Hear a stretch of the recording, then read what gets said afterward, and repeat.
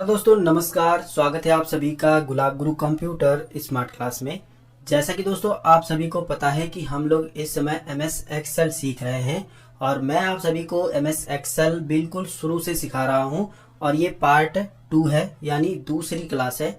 इस वीडियो के अंदर हम लोग जो है एमएस एक्सेल की बेसिक जानकारी ही सीखेंगे, जो कि शुरुआती दिनों में आप सभी को अगर ये जानकारी पता हो जाती है तो यकीन मानिए आपको एक्सेल में एक्सपर्ट बनने से कोई नहीं रोक सकता है। क्योंकि आप सभी को ये कहावत तो याद होगी कि किसी भी पेड़ की अगर जड़ मजबूत होती है तो वो पेड़ बहुत ही जल्दी ग्रो भी करता है और बहुत ज्यादा ऊंचाइयों तक जाता भी है।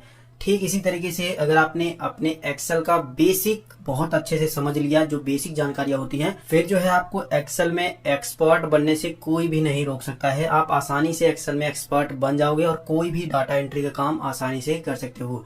तो ज्यादा बातें यहाँ पर नहीं करेंगे, सबसे पहले करते हैं वीडियो को स्टार्ट। हेलो दोस्तों, मेरा नाम है गुलाब और आप देख रहे हैं गुलाब गुरु कंप्यूटर स्मार्ट क्लास। अगर ये वीडियो आपको पसंद आता है, हमारे द्वारा दी गई जानकारी आपको अच्छी लगती है, तो इस वीडियो को लाइक, शेयर और सब्सक्राइब जरूर से कर लीजिएगा। अगर आपके मन में कोई सवाल है तो नीचे आप कमेंट करके जरूर बताइएगा। चलिए वीडियो शुरू करते हैं। अपने कंप्यूटर में एक्सेल को चालू करने के लिए आपको विंडोज के साथ आर बटन दबाना है और ये जो रन कमांड खुलती है इसके अंदर आपको टाइप करना है एक्सेल। इसके बाद जो है आपको ओके करना है। इसके बाद एक्सेल आपके स्क्रीन पर आ जाएगा। यहाँ पर जो है स्क्रीन को थोड़ा सा बड़ा कर लेते हैं यहाँ से जूम पैनल से, ताकि आपको चीजें अच्छे से समझ आए। मैंने आपको पहली क्लास में ही बता दिया है कि एक्सेल बहुत ही स्मार्ट एप्लीकेशन सॉफ्टवेयर है। इसमें बस आपको एक छोटा सा हिंट देना होता है कि भैया हमें एक्सेल को ये बताना पड़ता है कि एक्सेल भैया हम ये करना चाहते हैं। एक्सेल भैया वो समझ जाते हैं कि आखिर तुम क्या करना चाहते हो और उस तरीके से डाटा आपको ला करके दे देते हैं, जैसा कि मैं आपको आगे बताने वाला हूँ। लेकिन वो चीज समझने से पहले आपको ये समझना होगा कि इसकी रो और कॉलम की साइज को कैसे बढ़ाते हैं। देखिए, जब हम कोई भी डाटा एंट्री का काम करेंगे या कुछ भी काम करेंगे तो कभी कभार हमको जो है इसकी कॉलम की साइज को भी बढ़ाना घटाना पड़ता है और रो की साइज को भी बढ़ाना घटाना पड़ता है। जब हम शुरुआती दिनों में होते हैं, ऐसे में हमें इसमें काम करने को दिया जाता है तो हमें दिमाग में ये बात ही नहीं आती है कि कहाँ से हमको इसको बढ़ाना घटाना है, कैसे हम इसका साइज वगैरह बढ़ाएंगे। तो इसके लिए आप परेशान ना हो, बस इस वीडियो को पूरा लास्ट तक देखिए। जो भी बेसिक चीजें हैं वो मैं आपको पूरा कंप्लीट समझाऊंगा, सीधा आपके दिमाग में एंटर करेंगी और ये वीडियो आप सभी के लिए बहुत ज्यादा हेल्पफुल साबित हो सकता है। ठीक है, तो देखिए, किसी भी रो का या फिर किसी भी कॉलम की साइज को बढ़ाने के लिए आपको जो है बस क्या करना है, यहाँ पर आना है इस लाइन पे। किसी भी कॉलम की साइज को बढ़ाने के लिए बस वहां लाइन पे लेके जाइए। देखिए, जब आप लाइन पे लेके जाओगे तो आपका कर्सर, अभी देख सकते हो मेरा माउस पॉइंटर कैसा बन चुका है, ऐसा ही आपका माउस पॉइंटर बन जाएगा। अब क्या करना है, माउस की लेफ्ट बटन को दबाना है। जैसे ही आप लेफ्ट बटन को दबाओगे तो वहां पर कुछ लिखा भी आ जाएगा। अब यहाँ पर क्या करना है, अगर आपको इसको छोटा करना है तो लेफ्ट साइड में लेके जाइए, पकड़ के ही रखना है, इतना आपको ध्यान देना है। अगर राइट साइड में लेके जाओगे तो बड़ा हो जाएगा। फिर जितना बड़ा जितना छोटा आपको करना है वहां पर ले जाने के बाद आपको माउस पॉइंटर, मतलब माउस जो क्लिक किए हो लेफ्ट बटन, उसको छोड़ देना है। तो देखोगे आपका जो ये कॉलम का साइज था वो बड़ा हो जाएगा। इसी तरीके से अगर आपको जो है एक साथ ढेर सारे कॉलम का जो है साइज बड़ा या छोटा करना है तो आपको जो है इस तरीके से क्लिक करना है। इसके बाद जो है शिफ्ट बटन दबा लेना है और जितने कॉलम का साइज जो है आप बड़ा या छोटा करना चाहते हो उतने कॉलम पे जाकर के क्लिक कर देना है। एक ही साथ सभी कॉलम जो है सेलेक्ट हो जाएगी। इसके बाद आपको क्या करना है, माउस का लेफ्ट बटन दबाना है और जितना छोटा करना चाहते हो उतना यहाँ पर लाके छोड़ देना है। पहले कॉलम में ही आपको देखना है, ये सारे कॉलम आपको नहीं देखने हैं, ठीक है, लेफ्ट साइड वाले। बस पहले कॉलम में जितना साइज आपको दिखा रहा है उतना सभी का सभी ऑटोमेटिक जो है एडजस्ट हो जाएगा। जैसे कि मुझे इतना कम करना है तो मैं इतना ला करने के बाद माउस का लेफ्ट बटन छोड़ दूंगा तो देखोगे यहाँ पर सभी का साइज जो है एक बराबर हो चुका है और एक ही साथ हमने जो है इतने सारे कॉलम का साइज कम कर दिया है। अगर इसी तरीके से मुझे जो है बड़ा करना है तो मैं यहाँ पर ला करके जितना बड़ा करना है उतने बड़े पे ला करके छोड़ दूंगा तो देखोगे उतने बड़े बड़े कॉलम का साइज हो चुका है। तो यहाँ से हम लोग करते हैं कंट्रोल जेड। यहाँ पर आपको ध्यान देना है कि अंडो और रीडो यहाँ पर भी सेम काम करता है। ठीक है, तो ये रही कॉलम की बात। अब बात करते हैं रो के बारे में।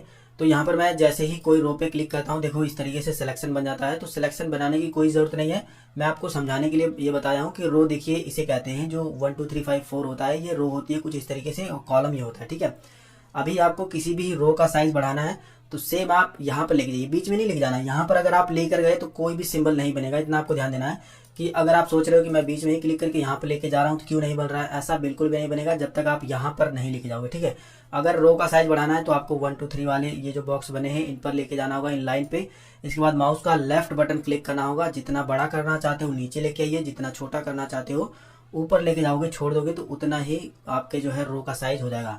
बड़ा करना है, इस पर क्लिक करिए, नीचे की साइड में लेके आइए, उतना बड़ा आपके रो का साइज हो जाएगा। तो यहाँ पर ये जो आपको बात का ध्यान देना है वो ये देना है कि आपको जो है यहाँ पर बॉक्स जो बन रहे हैं इस पर ले जाकर के इस तरीके से अगर कर्सर बनाओगे तो प्लस जैसा जैसा यहाँ पर बन रहा है वैसा बिल्कुल भी नहीं बनेगा, और ना ही इस तरीके से आप इसका साइज भी बढ़ा पाओगे। आपको जो है अगर रो का साइज बढ़ाना है तो 1 2 3 4 5 वाले पे लेके जाना है। अगर कॉलम का साइज बढ़ाना है तो ABCD ये जो लिखा हुआ है इस पर इस तरीके से लेके जाना है, तो आप इसका साइज बढ़ा सकते हो। इसी तरीके से अगर आप एक से ज्यादा रो का साइज कम या ज्यादा करना चाहते हो तो जिस रो से आपको साइज कम या ज्यादा करना है उस पर सिलेक्ट करिए, जितनी रो तक आपको जाना है उस पर शिफ्ट बटन दबा करके क्लिक करिए, तो ये सिलेक्शन हो जाएगा। सिलेक्शन बनाने का एक और तरीका है कि बस आप यहाँ पर लेके जाइए और माउस का लेफ्ट बटन दबा के नीचे की साइड में ड्रैग करोगे तो भी सिलेक्शन बन जाएगा। इस तरीके से आप जो है अपने कॉलम को भी इस तरीके से सेलेक्ट कर सकते हो, ठीक है। तो फिलहाल बात करते हैं रो के बारे में। 3 से लेकर के मुझे यहाँ पर 14 तक रो को जो है इसका साइज कम करना है, तो मैंने यहाँ पर सिलेक्शन बना लिया है और मैं यहाँ पर आऊँगा किसी भी रो पे, किसी भी जैसे 3 वाली रो पे, 4 5 पे, किसी पे लेके जाऊँगा तो यहाँ पर जो है कुछ इस तरीके से बन जाएगा, ठीक है। अभी मुझको क्या करना है, अगर छोटा करना है तो थोड़ा सा इस तरीके से ले जा करके ऊपर की साइड में पहली जिस रो में है उसी के साइज को देखेंगे, ऊपर नीचे नहीं देखेंगे, ठीक है। बस वहाँ पर ले जाने के बाद छोड़ देना है, तो सभी का साइज देखोगे उतना ही बन जाएगा। अगर मुझे कम करना है तो मैं वहाँ पर ला करके कुछ इस तरीके से छोड़ दूंगा, तो देखोगे उतना उतना साइज सभी का हो जाएगा। पहली बात तो ये आपको समझ में आ गई होगी। अब दूसरी बात ये है कि अगर हम जो है किसी सेल मैंने बता दिया है, देखिए ये डब्बे डब्बे से जो दिखाई दे रहे हैं ये सेल है, और हर एक सेल में हम अलग अलग जो है डाटा एंट्री का काम करते हैं, अलग अलग चीज़ों टेक्स्ट नंबर वगैरह जो भी लिखना चाहें लिख सकते हैं, ठीक है। सेल समझ में आ गया आपको। किसी भी कॉलम और किसी भी रो के कटान बिंदु से बनने वाले बॉक्स को जो है सेल कहते हैं, इतना समझ में आ गया आपको। अब देखिए जब हम जो है किसी भी सेल में कोई चीज़ लिखते हैं, जैसे मैंने यहाँ पर लिखा गुलाब, ठीक है, और मैं इंटर बटन दबा के अगली सेल में आ गया, इस वाली सेल में आ गया। अब मुझे यहाँ ये पहली जो सेल थी इसी के अंदर गुरु भी लिखना था, लेकिन अब मैं इस सेल में आ गया हूँ तो मैं माउस से तो इस पर क्लिक कर दूंगा, लेकिन जब मैं गुरु में लिखने जाऊंगा, देखिए मैं गुरु लिखता हूँ तो देखिए गुलाब मिट गया अपने आप, वो हट चुका है। तो यही मैं आपको समझाने का प्रयास कर रहा था कि अगर आप किसी सेल में जाते हो और वहां पर पहला लेटर लिख देते हो, पहला वर्ड लिख देते हो, अगर आप दूसरा वर्ड भी उसी टाइम लिखोगे जब ये कर्सर टिमटिमा रहा है तो आप लिख सकते हो, लेकिन आप बाहर क्लिक करने के बाद फिर से इस पे जाओगे, अगर वो लिखने का प्रयास करोगे दूसरा टेक्स्ट तो पहला वाला टेक्स्ट जो है मिट जाएगा। इस कंडीशन में आपको एक छोटा सा ट्रिक आजमाना है। देखिए यहाँ पर लिखना है, मैं लिख देता हूँ गुलाब, और मैंने बाहर क्लिक किया आपके सामने, फिर से मैं इस पे जाता हूँ। अब आपको क्या करना है, इस पर डबल क्लिक कर देना। डबल क्लिक करने के बाद देखिए यहाँ पर ये जो कर्सर टिमटिमा रहा है इस तरीके से टिमटिमाने लगेगा। अब जो है आप इसमें जो भी लिखोगे वो पहला वाला जो हमने लेटर लिखा था, पहला वाला वर्ड, वो नहीं मिटेगा, दूसरा वाला हमारा टाइप हो जाएगा। अभी देखिए ये वाला जो हमने लिखा है इस सेल का डाटा अगली सेल में जा रहा है, तो इसी कंडीशन में हम लोग यहाँ पर जाएंगे और इसके जो है इसको थोड़ा सा बढ़ा देंगे, इतना हो जाएगा, ठीक है। दूसरा भी तरीका यहाँ पर बढ़ाने का ये है कि बस आप यहाँ पर लेके जाइए, इस पर बस आप डबल क्लिक कर दीजिए। क्या करना है, इस तरीके से माउस बना लीजिए, यानी ये जो कॉलम है इस पर इस तरीके से लेके जाइए, यहाँ पर जो है आपको इस तरीके से माउस बना लेना है। अब इस पर डबल क्लिक कर देना है, ऑटोमेटिक ये एडजस्ट हो जाएगा, ऑटोमेटिक जितना आपका बड़ा टेक्स्ट रहेगा उतना बड़ा एडजस्ट हो जाएगा। तो यहाँ से आपको ये समझ में आ गया कैसे इसको एडिट करना है। दूसरा तरीका यह है कि इसके अंदर अगर आप और भी कुछ चीज़ लिखना चाहते हो तो आप जो है डबल क्लिक करके इसको सेल को एक्टिव तो कर ही सकते हो, लेकिन आप जो है यहाँ पर F2 बटन दबाकर भी इस सेल को एक्टिव कर सकते हो। जैसे मैंने F2 बटन दबाया तो देखिए यहाँ पर कर्सर टिमटिमाने लगा है। अगर मैं यहाँ पर जो है और भी कुछ लिखना चाहता हूँ, कंप्यूटर भी मैंने लिख दिया, तो इस तरीके से लिख सकते हैं। तो ये भी चीज़ आपको समझ में आ गई होगी। अब देखिए ये डाटा इस साइड में मतलब दूसरी सेल में भी जा रहा है, तो मैंने आपको बताया इस तरीके से भी आप बढ़ा सकते हो, और दूसरा तरीका मैंने आपको बताया, इस पर डबल क्लिक कर दीजिए, ऑटोमेटिक जो है इतना बड़ा हो जाएगा। तो यहाँ से ये चीज़ आपको समझ में आ गई होगी। और अगर आप इस सेल में हो, इस सेल में जाना चाहते हो, तो आपको जो है कीबोर्ड से टैब बटन दबाना है, आप अगली सेल में जाओगे राइट साइड में। वहीं अगर आपको नीचे जाना है तो आप इंटर बटन दबाओगे तो नीचे की साइड में आओगे। वहीं अगर आपको जो है ऊपर की साइड में जाना है तो आप एरो बटन का भी इस्तेमाल कर सकते हो, ऊपर नीचे लेफ्ट राइट जाने के लिए एरो बटन, जो ऊपर नीचे दाएं बाएं होती है ना एरो बटन, उसी का, ठीक है। अगर आप जो है बैक आना चाहते हो तो आप जो है शिफ्ट के साथ टैब बटन दबाओगे तो बैक भी आ जाओगे पीछे की साइड में, ठीक है। तो इस तरीके से आप जो है ऊपर नीचे दाएं बाएं जा सकते हो। ये आप मैंने पहली क्लास में भी आपको बताया था, इसमें मैंने रिवाइज करा दिया है। अब मैं आपको बता देता हूँ, जैसा कि मैंने आपको बताया था कि एक्सेल बहुत ही ज़्यादा स्मार्ट है, इसको बस आपको हिंट देना होता है, सारा का सारा काम ये खुद समझ जाता है कि क्या करना है। जैसे मैंने एक्सेल भैया को ये बोला कि एक्सेल भैया मुझे नंबरिंग चाहिए 1 से लेकर के 10 तक का सीरियल में चाहिए, तो मैंने एक्सेल को बताया कि पहले 1 आना चाहिए, फिर मैं जो है डाउन एरो से नीचे आऊंगा, मैंने बताया 2 आना चाहिए, 1 2 मैंने लिख के एक्सेल को बता दिया कि एक्सेल भैया 1 आए, इसके बाद 2 आए। फिर मैं क्या करूंगा, पहले वाले को सेल को सेलेक्ट करूंगा, माउस का लेफ्ट बटन दबा के नीचे सेलेक्ट कर लूंगा, दोनों सेलेक्ट हो गए हैं। अब यहाँ पर देखिए एक प्लस का ये जो मतलब नोड बना है, उस पर ले जाने के बाद हमारा माउस पॉइंटर कुछ इस तरीके से बन जा रहा है। अब आपको क्या करना है, इसको ड्रैग करके नीचे की साइड में लेकर आना है।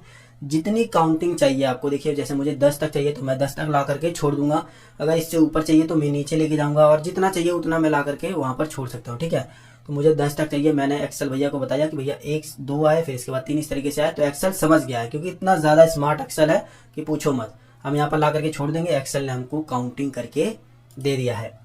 इसी तरीके से अगर मैं एक्सेल को बताऊं कि एक्सेल भैया मुझे संडे मंडे चाहिए, तो एक्सेल वो भी समझ जाएगा। कैसे, देखिए मैं यहाँ पर टाइप करता हूँ, मैं लिखता हूँ सन, मैंने लिख दिया। एक्सेल भैया पहले सन आए, फिर इसके बाद जो है MON आए। अब एक्सेल भैया समझ गए हैं। अब क्या करना है, हमको इस पहली सेल पे सेलेक्ट करना है, नीचे ड्रैग करना है, इसके बाद यहाँ पर आना है, मैंने बता दिया है आपको, नीचे की साइड में आपको ड्रैग करके इस तरीके से ला करके रख देना है सैटरडे तक, या फिर आप आगे भी जाओ तो दोबारा से रिपीट करने लगेगा। ठीक है, यहाँ पर लाने के बाद छोड़ दीजिए। देखिए एक्सेल भैया समझ गए हैं, हमको शॉर्ट में संडे मंडे ला करके दे दिए हैं। अगर मैं जो है एक्सेल से बोलूं कि एक्सेल मुझे शॉर्ट में नहीं लॉन्ग में चाहिए, तो बस मुझे यहाँ पर लॉन्ग में टाइप करना होगा, यानी पूरा का पूरा टाइप करना होगा। SUNDAY मैंने टाइप किया, इसके बाद इंटर बटन दबाया, नीचे आया MONDAY मैंने टाइप किया। दोनों टाइप करने के बाद यहाँ पर मैं पहली सेल को सेलेक्ट करता हूँ, नीचे ड्रैग करके दोनों को सेलेक्ट करता हूँ, इसके बाद यहाँ पर लाने के बाद मैं ड्रैग करके यहाँ पर छोड़ देता हूँ। तो देखिए संडे मंडे ट्यूसडे वेडनेसडे सब चीजें जो है पूरा प्रॉपर एक्सेल हमको ला करके दे दिया है। यहाँ पर जो है हम क्लिक करेंगे, इस तरीके से इसका जो है कॉलम का साइज बढ़ा लेंगे।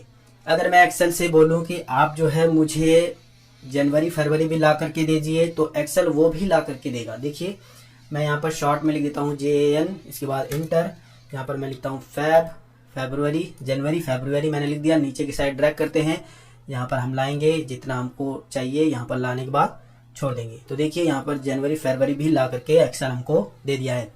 इसी तरीके से अगर मैं जो है फुल नेम में मंथ के नेम लाना चाहता हूँ, यानी पूरा जनवरी लिखा है फरवरी, तो बस मुझे यहाँ पर जो है वो टाइप करना है, इसके बाद इंटर बटन दबाना है। दोनों चीज टाइप करने के बाद इसको जो है सेलेक्ट करना है, इसके बाद जो है यहाँ से ड्रैग करके यहाँ पर ला करके छोड़ देना है। तो देखिए फुल नेम में भी जनवरी फरवरी आ चुका है। यही नहीं, आप एक्सेल में जो है गिनती भी पूरा 1 से लेकर के 100 तक बस कुछ ही सेकंड में टाइप कर सकते हो। जैसे कि मैं थोड़ा सा इस साइड में आता हूँ और आपको टाइप करके दिखाता हूँ।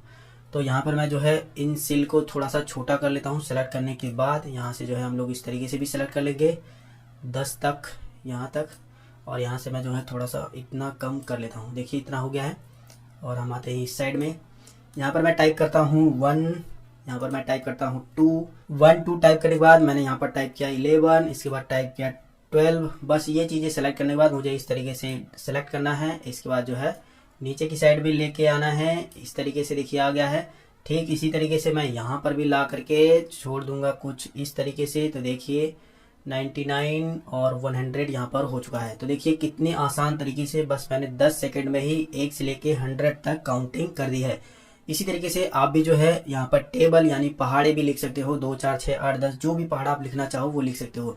तो यहाँ से मैंने बस आपको एक छोटा सा हिंट दिया है कि किस तरीके से आपको जो है यहाँ पर डाटा एक्सेल को जो है हिंट देना होता है कि काम करने के लिए। और भी बहुत सारी चीजें हैं जो हम आगे आने वाली वीडियो में सीखेंगे। फिलहाल मैंने यहाँ पर बहुत सारी बेसिक चीजें आपको बता दी है। अगर आपको जो है इनमें से किसी चीज को डिलीट करना हो तो बस आप क्या काम करिए, यहाँ से जो है माउस का लेफ्ट बटन दबा के इसको सेलेक्ट करिए, कीबोर्ड से आप जो है डिलीट बटन दबा दीजिए। अगर आपको लगता है कि ये चीजें जो मैंने डिलीट की है वो सब चीजें सही थी, मैंने फालतू में जो है उसे डिलीट कर दिया है, तो अब आपको क्या करना है, कंट्रोल के साथ Z बटन दबा देना है, दोबारा से वो चीजें आ जाएगी। तो ये कमाल का फीचर भी एक्सेल में काम करता है। और यहाँ पर देखिए जब मैं इस सेल में क्लिक करता हूँ तो G11 सेल है ये, और यहाँ पर देखिए नेम बॉक्स में G11 भी दिखा रहा है, और यहाँ पर फार्मूला बार में जो है सितंबर दिखा रहा है, यानी जो इसके अंदर मैंने लिखा है वही दिखा रहा है। यहाँ पर आपको एक चीज का ध्यान देना है कि अगर आप इसमें फार्मूला नहीं लगाए रहोगे तो जो टेक्स्ट आपने इसके अंदर लिखा है वही फार्मूला बार में दिखाई देगा। लेकिन अगर आप जो है यहाँ पर कोई भी फार्मूला अप्लाई कर देते हो, जैसे सम का, काउंट का या फिर एवरेज का, कोई भी फार्मूला लगा दोगे तो वह फार्मूला का इक्वेशन यहाँ पर दिखाएगा। ये जो डाटा है वो नहीं दिखाएगा, फार्मूला दिखाएगा, जो कि आगे मैं आपको दिखाने वाला हूँ। फिलहाल ये थी बेसिक जानकारी। अब बात करते हैं होम टैब में ये कुछ बटन्स दिए गए हैं, इनके बारे में मैं आपको थोड़ा सा समझाता हूँ। देखिए, copy, cut, paste, format painter और ये सारी चीज़ें बिल्कुल MS वर्ड जैसी काम करती है, तो फिर भी मैं आप सभी को यहाँ पर इनके बारे में बता देता हूँ। अगर आपने MS वर्ड का वीडियो नहीं देखा है तो आप ज़रूर से देखिए, उन वीडियो को देख करके आप MS वर्ड पूरा बेसिक से सीख जाओगे। तो देखिए, बात करते हैं कट, कॉपी, पेस्ट के बारे में। तो देखिए, यहाँ पर मुझे ये जो संडे मंडे लिखा था, ये मुझे यहाँ पर नहीं लिखना था बल्कि नीचे की साइड में लिखना था। तो इस कंडीशन में मैं यहाँ पर पहली सेल में क्लिक करूंगा और इस तरीके से ड्रैग करके माउस का लेफ्ट बटन दबा के ड्रैग करके सेलेक्ट कर लूंगा। इसके बाद यहाँ पर कट पे क्लिक कर दूंगा। तो देखिए, यहाँ पर कट होने के बाद भी अभी ये यहाँ से डाटा हटा नहीं है, लेकिन यहाँ पर इस तरीके से एक्सेल में थोड़ा सा लाइन ब्लिंक होने लगती है कुछ इस तरीके से, ठीक है।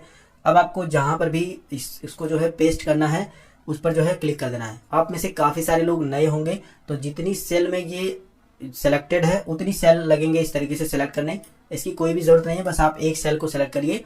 यहाँ पर आने के बाद जो है एक सेल को सेलेक्ट करने के बाद हम ऊपर भी थोड़ा सा पेस्ट कर लेते हैं, क्योंकि चीज़ें समझ में आए आपको। यहाँ पर आने के बाद आपको क्या करना है, पेस्ट पर क्लिक कर देना है। तो देखोगे यहाँ से डाटा कट होकर के यहाँ पर पेस्ट हो चुका है। अब जो है हमने कट और पेस्ट समझ लिया है। अब बात करते हैं कॉपी के बारे में। तो देखिए, हमको ये डाटा यहाँ पर भी चाहिए था, लेकिन किसी दूसरी सीट में भी चाहिए था, तो हम यहाँ पर भी इसको कॉपी और उसमें जाकर के पेस्ट कर सकते हैं, या फिर इसी सीट में कहीं पर भी चाहिए था तो हम यहाँ पर करेंगे कॉपी। कॉपी करने के बाद भी इस तरीके से लाइट ब्लिंक होने लगती है, यहाँ पर आएंगे और इसको करेंगे पेस्ट।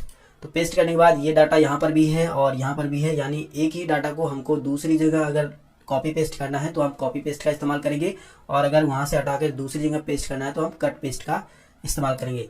तो इस तरीके से आपने कॉपी, कट, पेस्ट समझ लिया होगा। अब बात करते हैं फॉर्मेट पेंटर के बारे में। जैसे कि देखिए, मैं इस डाटा को सिलेक्ट करता हूँ, यहाँ से मैंने इसको थोड़ा सा बोल्ड कर दिया और यहाँ से जो है मैंने इसका जो है स्टाइल फॉन्ट का जो है थोड़ा सा बदल लिया, एरियल ब्लैक मैंने कर दिया कुछ इस तरीके से, थोड़ा सा इसको इतना कर देते हैं। और इसके बाद जो है मैंने इसमें जो है बॉर्डर भी अप्लाई कर दिया, यहाँ से देखिए बॉर्डर लग चुका है। और इसके बाद जो है मैंने इसका कलर भी बदल दिया, देखिए रेड कलर का हो गया। तो इतना सारा मैंने जो है इसका फॉर्मेटिंग कर दिया है। आप चाहो तो यहाँ से थोड़ा सा साइज भी इसका बड़ा कर सकते हो, फिलहाल पहले से ही बड़ा है। तो देखिए, ये जो टेक्स्ट की फॉर्मेटिंग आपने की है, ये सेम फॉर्मेटिंग आप इस टेक्स्ट के अंदर अप्लाई करना चाहते हो, या इस टेक्स्ट के अंदर किसी भी टेक्स्ट के अंदर अगर आप अप्लाई करना चाहते हो तो उस समय हमारा फॉर्मेट पेंटर काम आता है।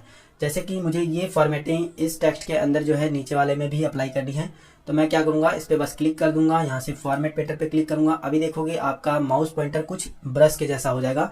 बस आपको क्या करना है, जिस भी जो है टेक्स्ट को आप ऐसा फॉर्मेटिंग देना चाहते हो उसको माउस का लेफ्ट बटन दबा के सिलेक्ट कर लीजिए। इसके बाद जो है आप देखोगे सेम ये वाली फॉर्मेटिंग इसके अंदर अप्लाई हो जाएगी। तो यही काम है फॉर्मेट पेंटर का। तो यहाँ से हमने होम टैब के क्लिपबोर्ड भाग को जो है कंप्लीट कर लिया है। अब बात करते हैं फ़ॉन्ट वाले भाग की। तो देखिए, फ़ॉन्ट वाले भाग में आपको सबसे पहले फ़ॉन्ट का स्टाइल मिल जाता है। अगर आप जो है कोई भी स्टाइल यहाँ पर अप्लाई करना चाहते हो तो सबसे पहले उसको सेलेक्ट करिए। अलग अलग यहाँ पर जो है फ़ॉन्ट के स्टाइल दिए गए हैं। आप जिस भी स्टाइल में अपना जो है डॉक्यूमेंट को बनाना चाहते हैं, यहाँ से जो है आप अपने उस स्टाइल को सेलेक्ट करिए। इसके बाद वो स्टाइल यहाँ पर लग जाएगा। इसी तरीके से यहाँ पर जो है फ़ॉन्ट का साइज़ दिया है, तो फ़ॉन्ट के साइज़ पर क्लिक करोगे तो आपका फ़ॉन्ट का साइज़ उतना हो जाएगा। इसी तरीके से यहाँ पर मैनुअल भी दिया गया है, फ़ॉन्ट का साइज कम करने के लिए, फ़ॉन्ट का साइज बढ़ाने के लिए। और यहाँ पर ये जो बटन दिया गया है, इससे आप बोल्ड कर सकते हो, थोड़ा सा मोटा हो जाएगा। यहाँ से इटैलिक कर सकते हो, थोड़ा सा टेढ़ा हो जाएगा। अंडरलाइन कर सकते हो, इस मतलब जो लिखे रहोगे उसके नीचे अंडरलाइन आ जाएगी। और अंडरलाइन का अगर जो है डबल अंडरलाइन करना चाहते हो, ये तो सिंगल अंडरलाइन है, अगर डबल अंडरलाइन करोगे तो डबल अंडरलाइन इस तरीके से आ जाएगा। इन सभी को हटाने के लिए बस आपको इस पर क्लिक कर देना है, ये सब चीज़ें हट जाएंगी। इसी में आपको अगला बटन मिलता है बॉर्डर का। अगर आप जो है जो आपने डाटा बनाया है उसको बॉर्डर देना चाहते हो तो बॉर्डर दे सकते हो। अभी क्या है, अभी देखिए इसके अंदर तो बॉर्डर है, इसके अंदर भी बॉर्डर है, लेकिन इसके अंदर बॉर्डर नहीं है। अगर आप अभी जो है इस डॉक्यूमेंट को प्रिंट करोगे तो ये जो लाइन आ रही है ग्रीन लाइन, ये बिल्कुल भी नहीं आएगी, आपका सिंपल डॉक्यूमेंट आएगा। लेकिन आप जो है अगर बॉर्डर के साथ इसको प्रिंट करना चाहते हो, उसको और सुंदर बनाना चाहते हो, तो इस कंडीशन में जहाँ पर भी आपको बॉर्डर देना है उतना सेलेक्ट करना है डाटा को। इसके बाद जो है यहाँ पर आना है, यहाँ पर कई सारे बॉर्डर के प्रकार दिए गए हैं। आप इनमें से बारी बारी से सभी पे क्लिक करके देख सकते हो आपको कौन सा बॉर्डर चाहिए। मुझे फिलहाल जो है ऑल बॉर्डर चाहिए, तो मैं ऑल बॉर्डर पे क्लिक कर दूंगा। अब देखिए हमारा ये जो डाटा है वो ऑल बॉर्डर मतलब अप्लाई हो चुका है इसके अंदर। अब मैं अगर प्रिंट करूंगा तो ये बॉर्डर में आएगा, यानी ये जो बॉर्डर लाइन है ब्लैक कलर की, ये भी प्रिंट में आएगी। और यहाँ पर एक अगला बटन है फील कलर का। अगर आप जो है अपने ये जो डाटा बनाया है उसके अंदर कोई कलर फील करना चाहते हो तो आप बस उस सेल को सेलेक्ट करिए जिसके अंदर कलर भरना है, यहाँ से उस कलर को सेलेक्ट करिए जो आप भरना चाहते हो, बस वो फिल हो जाएगा। अगर आप जो है पूरी टेबल ये जो आपने बनाई है पूरा डाटा, पूरी डाटा में जो है कलर भरना चाहते हो तो बस यहाँ से वो कलर ले लीजिए, वो कलर जो है अप्लाई हो जाएगा। यहाँ पर अगला जो बटन है वो है यहाँ पर टेक्स्ट का कलर, यानी जो फॉन्ट का कलर ये है फॉन्ट, उसका कलर आप चेंज कर सकते हो। जैसे कि ये जो जनवरी फरवरी लिखा है इसका जो है मुझे कलर चेंज करना है, तो मैंने इसको जो है माउस का लेफ्ट बटन दबा करके यहाँ पर जो है क्लिक करके इसको जो है सेलेक्ट कर लिया।